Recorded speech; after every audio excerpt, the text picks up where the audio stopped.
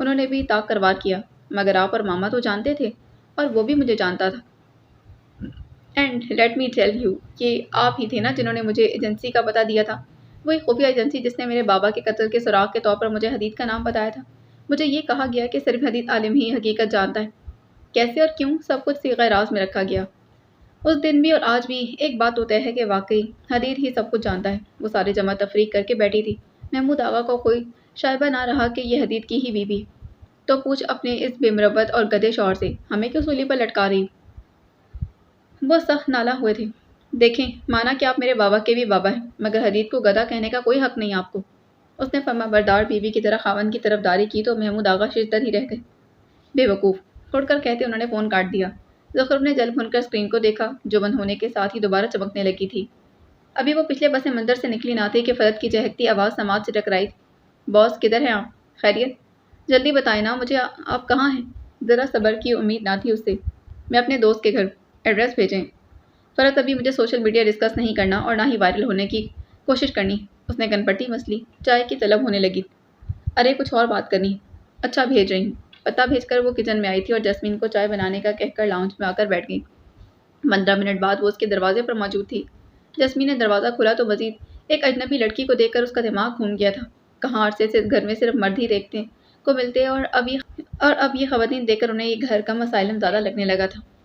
بہت شکریہ خاتون، میری باس یہی ہے۔ اس نے اپنا سوٹ کیس گھسیٹتے ہوئے مؤدب سا ہو کر ممنونیت کا اظہار کیا۔ جسمین کو کچھ سمجھ میں نہیں آیا تھا۔ وہ بوکھلا سی گئی۔ باس، آپ نہیں جانتی، وہ بڑی خوبصورت سی لڑکی یہاں آئی ہے، وہ ایک نامور اداکارہ ہے۔ اس نے آنکھ کا کونا دبا کر کہتے سنسنی پیدا کی۔ سچ میں؟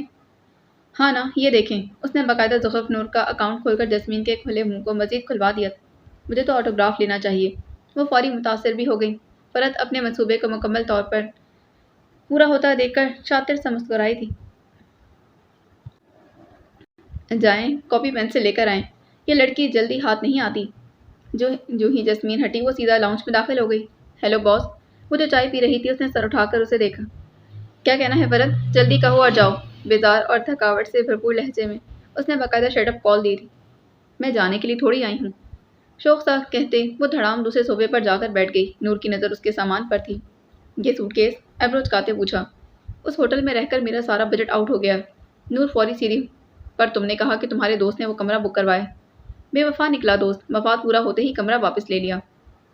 آنکھوں میں حدید کا چہرہ لہرایا تھا۔ بے مروت انسان نے واقعی مزید پیمنٹ کرنے سے انکار کر دیا تھا۔ کیسا مفاد؟ وہ چائے چھوڑتے اچنبے سے گویا ہوئی تھی تو فرد کو اپنے الفاظ کی سنگینی کا احساس ہوا۔ ایسا کچھ نہیں ہے باس، اتنا منفی نہ سوچیں، وہ ایسا برا بھی نہیں۔ اس نے باقاعدہ جھرجھری لی تھی۔ تو میں اس معاملے میں کیا کر سکتی ہوں؟ اتنے بڑے گھر میں 2 گز زمین چاہیے بس۔ فرد، اوور ایکٹنگ مت کیا کرو، اس نے تھکن سے کہا۔ پہلے ہی تھکا دینے والا دن تھا، اوپر سے یہ لڑکی مزید امتحان بن رہی۔ دیکھیں مجھے وہ کمرہ خالی لگ رہا۔ اس کی نظریں جو ہی زید کے کمرے پر گئی وہ فوری اٹھ کھڑی ہوئی اور قدم اس کی جانب بڑھا دیے۔ اسٹاپ اٹ، پیچھے سے آتی مردانہ گرجدار آواز پر وہ سہم کر پلٹی۔ وہ مقابل کو دیکھتی رہ گئی تھی۔ آپ کون؟ مارے خوف کے الفاظ بھی ٹوٹ گئے۔ پہلا تاثر ہی برباد کیا۔ جس کے کمرے میں آپ جا رہی تھی، زید نے بنا لحاظ کے جواب دیے۔ فرد نے زور سے آنکھیں میچ کر کھولی۔ او سوری، وہ دراصل مجھے لگا وہ خالی ہے۔ زید نے سوالیہ نظروں سے اپنی بھابھی محترمہ کو دیکھا جو فرد کو لب چباتے دیکھ کر اٹھ کھڑی۔ یہ میری پرسنل اسسٹنٹ ہے، میں نہیں بلایا تھا۔ زید نے سمجھ کر سر ہلا دیا۔ میں ایک فائل بھول گیا تھا، بس وہی لینے آیا۔ شیور۔ وہ کمرے میں چلا گیا تو فرد 8 قدموں کا فاصلہ 4 میں عبور کرتے اس کے کان کے پاس جھکی۔ باس، یہ ہے آپ کا دوست؟ زخرف کی سخت خودی پر وہ خاموش ہوئی مگر زبان میں کھجلی ہونے لگی۔ یہ شادی شدہ تو نہیں؟ اب کی بار نور نے باقاعدہ ایک چپت لگائی۔ ویسے ہی پوچھ رہی تھی۔ اس نے کندھے اچکا کر لا علمی کا مظاہرہ کیا۔ زید جانے لگا تو فرد فوری اس کے پیچھے ہوئی تھی۔ مجھے پتا ہوتا تو کبھی اس کمرے میں جانے کی کوشش نہ کرتی، اس نے صفائی دینا چاہی۔ زید کو کوئی غرض نہیں تھی۔ اٹس اوکے، مڑے بغیر کہہ کر وہ باہر نکلنے لگا جب اس کی نظر دروازے پر موجود رچا پر گئی تھی۔ اسے دیکھ کر وہ فوری پیچھے ہٹنے لگی تھی جب توازن بگڑنے پر اس سے قبل کہ زمین بوس ہوتی زید نے فائل پھینکتے بھاگ کر اسے تھاما۔ کس نے کہا تھا آپ سے یوں چلتی پھریں؟ زخرف اور فرد پریشانی سے رجا کے قریب آئی تھیں اور اسے تھاما تھا۔ زید کے چہرے پر پھیلی خفگی دیکھ اسے سخت ندامت ہوئی۔ میں صبح نرس بھجوا دوں گا، 24 گھنٹے ان کے پاس رہے، واضح الفاظ میں کہتے وہ کمرے سے باہر نکلنے لگا جب نور کی آواز ابھری۔ اس کی ضرورت نہیں، صبح 11 بجے نرس آ جائے گی۔ کسی کی بھی بات سنے بغیر وہ باہر نکل گیا۔ رجا نے بہتے آنسوؤں کو روکنے کی کوشش میں لب کھینچ لیے۔ اس نے منشا کو باہر جانے کا کہا تو وہ باہر چلی آئی تھی۔